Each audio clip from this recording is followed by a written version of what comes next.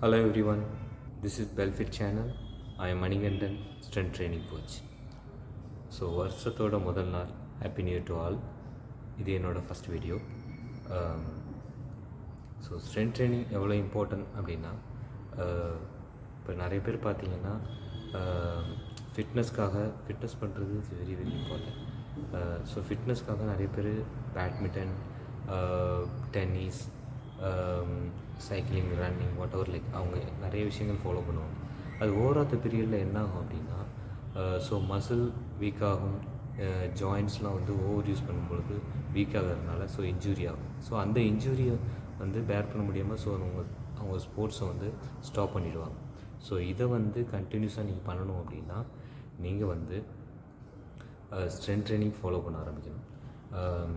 நிறைய பேர் சொல்லுவாங்க வீக்லி 5 days ஜிம் போகிறாங்க, 6 days ஜிம் போகிறாங்க அப்படின்னு போகணுன்னு அவசியமே கிடையாது. வீக்லி மினிமம் 3 days இல்லையா 2 days, அட்லீஸ்ட் 2 days அந்த மாதிரி நீங்கள் ஃபாலோ பண்ணிங்கன்னா போதும். ஓவரால் பீரியடில் வந்து நல்ல இம்ப்ரூவ்மெண்ட் கிடைக்கும் பாடியில்.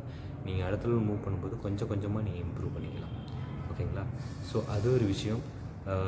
ரெண்டாவது ஃபுட். இந்த ஃபுட் வந்து மேஜர் ரோல் இதில் ப்ளே பண்ணும். ஃபுட் பார்த்திங்க அப்படின்னா, இப்போதைக்கு நீங்கள் ஸ்டார்டிங்கில் இருக்கிறீங்க அப்படின்னா இனிஷியலாக வந்து ஃபஸ்ட்டு நீங்கள் ஜங்க் ஃபுட்டை அவாய்ட் பண்ணுங்கள்.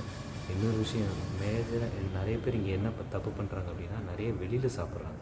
ஸோ வெளியில் சாப்பிட்றதெல்லாம் கொஞ்சம் கொஞ்சமாக கண்ட்ரோல் பண்ணிங்கனாலே வந்து இதில் என்னைக்காச்சும் ஒரு நாள் சாப்பிட்டா பரவாயில்ல, சம்டைம் நிறைய பேர் ஆர்டர் பண்ணி நிறைய சாப்பிட்றாங்க.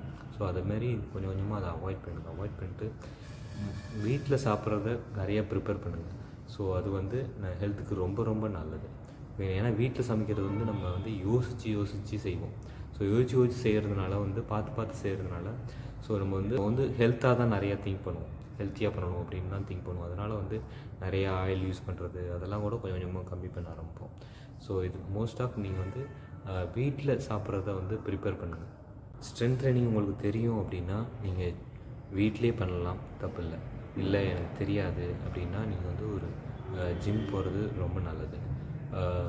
அங்கே நல்ல கோச்சஸ் இருக்கணும். ஸோ அவங்கள்ட்டேருந்து தெரிஞ்சு கற்றுக்கோங்க. ஸ்ட்ரென்த் ட்ரைனிங் ரிலேட்டடாக வீடியோ வேணும்னா நம்ம சேனலை சப்ஸ்கிரைப் பண்ணுங்கள். ஏதாவது டவுட்டுன்னா கமெண்ட் பண்ணுங்கள். தேங்க்யூ.